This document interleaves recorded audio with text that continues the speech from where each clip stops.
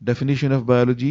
The word biology consists of two Greek words, bios meaning life and logos meaning thought. Thought, reasoning and study.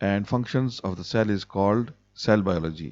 کہ جو cell ہے human cell یا plant cell اس کی اوپر زیادہ سے زیادہ کہ وہ کیسے اسٹرکچر ہوا ہے بنا ہوا کیسے ہے اور اس میں کون سی چیز کیا کام کرتی ہے اس کی اسٹڈی کا نام تحقیق کا نام بایولوجی ہے سیل بایولوجی ہے.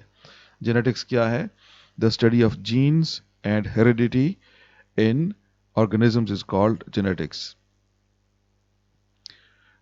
ہیریڈیٹی کیا ہوتا ہے؟ وراثت، توارث. کہ جو زندہ چیزوں کے اندر جو ان کو دیکھا جاتا ہے کہ ان میں جینز جو ہیں کہ وہ توارث کو چلانے والی جو چیز ہوتی ہے وہ جینز ہوتے ہیں. اس کی اسٹڈی کا نام جو ہے وہ جینیٹکس ہے. Embryology the study of the developmental stages of an organism from egg to the formation of a new organism is called embryology. کہ developmental stages جو تشکیل کے مرحلے ہوتے ہیں، بننے کے مرحلے ہوتے ہیں، کہ زندہ چیز کے جو بننے کے مرحلے ہیں. کون سے مرحلے؟ ایک انڈے کی صورت میں ہوتا ہے، ہر زندہ چیزیں ہوتی ہیں انڈے سے لے کر جو اس کی آگے اس کے انڈے کے بعد کی جو سٹیجز ہوتی ہیں ان کے بننے کا پڑھنے کا نام جو ہے ایمبریولوجی ہے. آگے ہے 8ویں نمبر پہ پیلیونٹولوجی. اس کو پیلیونٹولوجی پڑھیں گے. آکسفورڈ ڈکشنری کے مطابق اس کا جو تلفظ ہے پیلیونٹولوجی ہے. The study of fossils is called palaeontology. آگے پنک باکس میں لکھا ہوا ہے fossils are remains of the living things preserved by natural process. کہ فاسلز کیا ہوتے ہیں؟ زندہ چیزوں کی جو باقیات ہیں جو محفوظ ہو گئی ہیں کسی نیچرل پروسیس کے نتیجے میں، ان کو فاسلز کہا جاتا ہے. Fossils help the study of life in the past and process of evolution. کہ ماضی میں جو زندگی جس طرح کی رہی، فاسلز کو دیکھنے سے اس زندگی کا پتہ چلتا ہے اور ایولیوشن کے پروسیس کا پتہ چلتا ہے کہ وقت کے ساتھ ساتھ جس طرح سے زندگی کی شکل بدلی ہے. آکسفورڈ ڈکشنری کے مطابق جو چٹانوں میں، پتھروں میں زندہ چیزوں کے آثار ملتے ہیں ان کے تھرو زندگی کو جاننے کی کوشش کا نام پیلیونٹولوجی ہے. آگے ہے taxonomy. The classification and naming of organism is called taxonomy.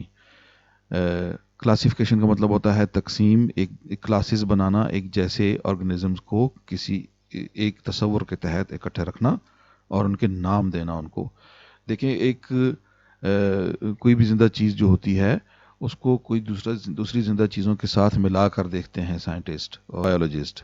تو اس طرح زندہ چیزیں جیسے کہ ہم ایک لفظ بولتے ہیں پودے، پلانٹس، تو ہم ان پلانٹس کو ایک الگ چیز سمجھتے ہیں، اینیملز کو ایک الگ چیز سمجھتے ہیں. تو اس طرح سے یہ دو مین کلاسیفیکیشنز ہیں اپنی ان خوبیوں کی بنا پر کہ جو پودے ہیں ان کی جڑ زمین میں ہوتی ہے، یعنی ان کی ایک جڑ ہوتی ہے اور ان کا ایک تنا ہوتا ہے اور ان کے پتے ہوتے ہیں وغیرہ. تو یہ پہچان ہے کہ جی یہ پودے ہیں، ایک کلاس بن جاتی ہے یہ. اور دوسری کلاس اینیملز ہیں کہ وہ کھاتے ہیں اور اس طرح کے ان کی باڈی کے فنکشنز ہوتے ہیں. تو یہ جو ہے یہ اینیملز ہوتے ہیں. اس طرح سے ہم ان کو پہچانتے ہیں. ایک کلاس یہ بن جاتی ہے. پھر صرف یہ دو کلاسز نہیں ہیں، آگے اپنی اپنی الگ خوبیاں اور بھی ہیں اپنی کلاس میں رہتے ہوئے، اس کی بنا پر پھر اور کلاسز بن جاتی ہیں. تو اس طرح سے اس طرح کی بایولوجی کا جو برانچ ہے اس کو ٹیکسونومی کہتے ہیں. آگے انوائرنمنٹل بایولوجی ہے. The study of the interrelationship of organisms and their environment is called environmental biology. یہ انٹر ریلیشن شپ، باہمی تعلق کس کا؟ آرگنزمز، زندہ چیزوں کا، جیسے کہ پودے کے ساتھ جانور کا کہ جانور پودے کو کھاتا ہے وغیرہ. اینڈ دیئر انوائرنمنٹ، اور اپنے ماحول کے ساتھ جو تعلق ہے ان کا، تو اس کو کہا جاتا ہے environmental biology. It is also known as ecology, اس کا دوسرا نام ایکولوجی ہے. Sociobiology, the study of social behavior of insects, animals that make societies. For example, ants, honey bee is called socio biology دیکھیے، اس میں جو جانور ہیں، جو ان کی جو سوشل بیہیویئر ہے کہ وہ اپنی جیسی جو ان کے ساتھ دوسری افراد کہہ لیں کہ ان کے ساتھ افراد ہوتے ہیں جو دوسری ان کی جیسے، یعنی ایک گائے اور دوسری گائے، تو ان کا آپس میں بیہیویئر، اور کیڑے مکوڑوں کا بھی آپس میں بیہیویئر، جیسے کہ ہم دیکھتے ہیں چونٹیاں. تو اگر ہم اس کے بارے میں تھوڑی سی آپ کو ڈیٹیل بتا دوں تو وہ یہ کہ ابن سینا جو کہ بہت پرانے وقت میں بہت بڑے سائنس دان تھے، بہت بڑے ڈاکٹر تھے، مسلم ڈاکٹر تھے، مسلم طبیب تھے. وہ انہوں نے جانوروں کی جو نفسیات ہے، جو ان کی سائیکالوجی ہے، اس کے اوپر 100 سے زیادہ کتابیں لکھی ہیں. تو اسی طرح سے ایک اگر آپ کو اگزامپل اور بتا دوں تو امام ابن تیمیہ رحمۃ اللہ علیہ ایک بزرگ گزرے ہیں ہمارے اسلام کے اندر. ان کو ان کے ایک مرید نے بتایا کہ حضرت میں نے ایک چونٹی کو دیکھا جو کچھ مجھے تلاش کرتی ہوئی نظر آئی، تو میں نے اس کے لیے وہاں پہ ایک کھانے کی چیز رکھی. تو وہ اس نے جب اس کو دیکھا تو وہ واپس گئی ہے وہ چونٹی، اور اپنے ساتھ چونٹیوں کو بلا کر لائی ہے. اتنی دیر میں نے اٹھا لیا تھا کھانے کی چیز کو. تو وہاں پر وہ آئی ہیں چونٹیاں، میں نے دیکھا کہ ایسے ہی کچھ ڈھونڈ ڈھانٹ رہی ہیں، تو پھر واپس چلی گئیں. تو پھر میں نے اس کو رکھ دیا کھانے کی چیز کو، تو وہ چونٹی پھر آئی ہے جو پہلے آئی تھی.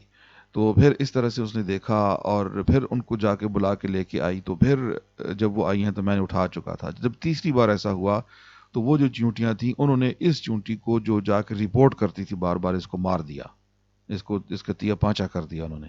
تو اس طرح سے جو زندہ چیزیں ہوتی ہیں ان کا آپس میں تعلق ہوتا ہے، چاہے انسان ہو چاہے انسان نہ ہو. آگے چلتے ہیں. Parasitology. The study of parasites is known as پیراسائٹولوجی.